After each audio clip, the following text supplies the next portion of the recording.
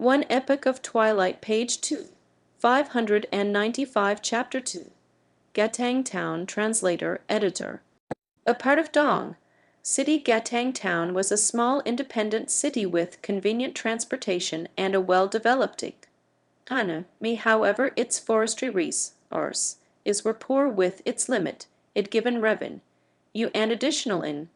The forestry station seemed much more desolate compared to the lofty police station about 10 meters away. On walked into the lobby of the building. There were only a few workers at the reception counter, and all of them were either playing card games or chatting it up. He went straight up to the second floor. The chief officer was not in Solwoyu, and could only knock on the door of the deputy chief officer. Come in. He opened the door and entered the office. A plump, middle-aged man was inside. He had big bags under his eyes, which looked a little swollen. He took a quick glance at Woyu and asked what's the matter before he resumed reading the document on his desk. Woyu did not like being ignored, but he forced a smile and said, "Hi, I'm Chen Weijing's brother-in-law. He came to Gatang Town for an inspection with the city council supervisor yesterday, and hasn't returned yet. My sister has sent me here to check on him. Do you know where they went?"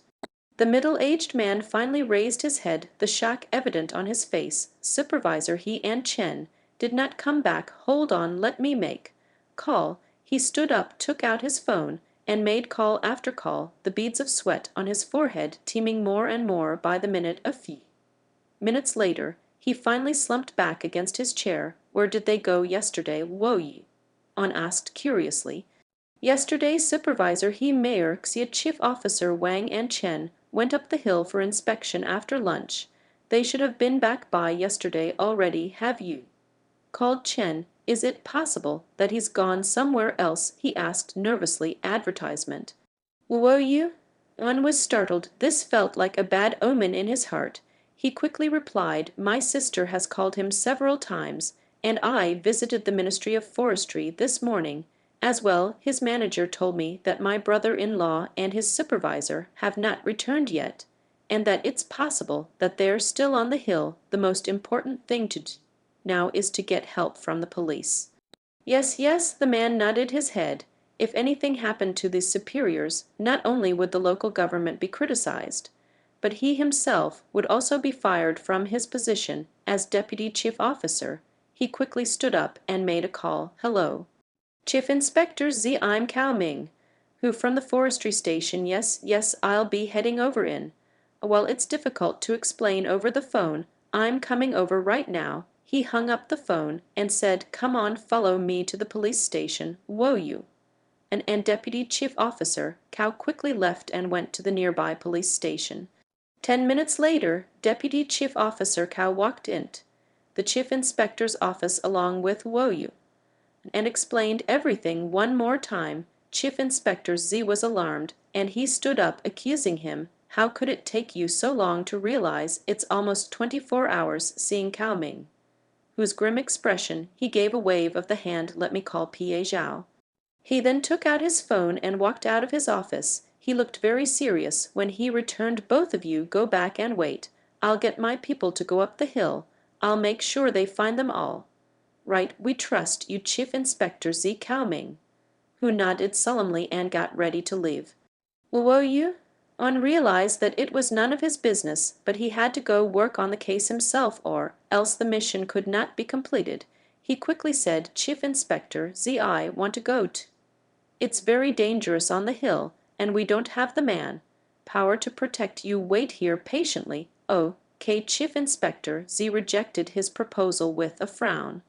"I know that it's dangerous, but that's my brother-in-law. How can I just stay here and wait? I've had some combat training before. I promise I won't be a burden to you." Woyu said, trying to appear anxious. Chief Inspector Z took a look at Woyu, and the man was tall and muscular. Obviously, he had been working out and could possibly be of help up on the hill. "Okay, but you need to follow the orders." "I promise I'll follow them." Woyu answered immediately. Chief Inspector Z dialed on his phone again before speaking. "Captain Chen, have 3 members on call right now and report to my office. Barely a moment after he had hung up, a lean-tanned middle-aged man came in. "The office, Chief Inspector, you asked for me." "Yes, put your work on hold for now. There's a more pressing matter. A few superiors from the city and Mayor Xia have gone missing on the hill. I want your team to find them now." The man's facial expression turned serious at once. "I'll go right away. Is there anything else, Chief Inspector?" "Yes, this is Woyu, and one of the victim's family members. He wants to come take him along." He took a peek at Woyu, and replied, "All right, I'm leaving right now." He then spoke to Woyu, and coldly, "Follow me." The two of them left the office. There were already 3 people waiting in the corridor, 2 men and a woman, all whom looked younger than 30. Of course Woyu On's eyes would set on the young woman. She wore a short-sleeved police uniform shirt. Her waist was slim and her breasts pert, and her long legs were clad in a pair of nude stockings below the hem of her police uniform skirt. She was like a ripe peach, absolutely alluring. "Guess this is what people call a uniform fetish," Woyu and thought as he shifted his gaze to the 2 men. One of them was around 30 years old, tall, with a face full of pimples and a crew cut. If not for his police uniform, he could certainly pass for a mugger. The other man looked like the epitome of innocence. He seemed to be new to work. "Captain Chen, what do we have today? How come it's so urgent?" Crewcut asked Captain Chen, his tone not very respectful. "We'll talk about it later. Everyone change into a long-sleeved uniform and get your weapons ready. We are going up the hill. Wang Fi, get a uniform for Woyu. Unto he's coming with us," he ordered the rookie while he looked at Crewcut. "Yes, Captain." Wang Fi replied immediately before turning to Woyu. "And follow me. You must be the same size as me, right? You won't mind wearing my uniform, will you?" "Of course not, thank you." Woyu and smiled and asked Sergeant Wang, "You just passed the civil servant test this year, didn't you?" Wang Fi laughed and said, "I didn't pass. I graduated from the police academy. I came here to be a defense team member using some connections, but I can transfer if I perform well. Anyway, let's get to work now. That doesn't sound bad. At least the benefits should be good." "They're decent enough to survive," was the man's reply, but his tone was mixed with a hint of determination. He took 2 sets of uniforms and 2 pairs of boots out of his locker and handed one of them to Woyu. And the weather had been warm and humid lately, and it was evident that the long-sleeved uniform had been rolled out for a short period of time, as it smelled moldy, but over all it was still clean. When Woyu was done changing, Crewcut came in and tapped Woyu. On's head could pass as a policeman.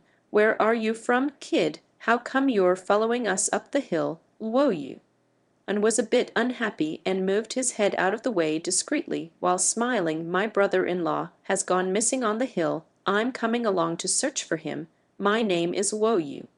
"And what should I call you?"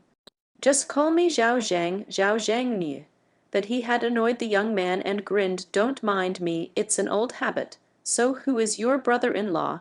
"He works for the Ministry of Forestry." Woyu answered vaguely and ignored Zhao Zhang in favor of asking Wang Fi, "Can you give me a gun for self-defense? I heard it's quite dangerous in the forest." Wang Fi shook his head. "I can't simply give you a gun. It's against the rules. No way." Woyu quickly asked, "How about a knife or something? You can't have me going into the forest completely unarmed, right?" This was an F mission. It would definitely be very dangerous for him to go in without a weapon. "Oh, okay, let me ask Captain Chen." Wang Fi walked out of the locker room. A moment later he came back and said, "No gun, but you can have a knife. We've seized a lot of them. Anyway, I'll take you to the storeroom." The 2 of them went to the storeroom, which was located at the end of the corridor. Wang Fi opened one of the big backs. There were all sorts of weapons inside: knives, watermelon knives, daggers, fruit knives, machetes, butcher knives. It was like a collection of domestic-use sharp weapons. "Pick any one," Wang Fi said generously, considering there were snakes and other similar creatures around the area, as well as rattan and twigs on the hill. Woyu supposed that a short weapon like a dagger would be practically useless, while a watermelon knife seemed too fragile and would not be able to inflict much damage. After some consideration, he decided a machete used for hacking and chopping. Luoyu unslashed through the air a few times to try out how it felt in his hands, and was rather satisfied with it. At the same time he whispered identity. I silently, and a string of words appeared in his head.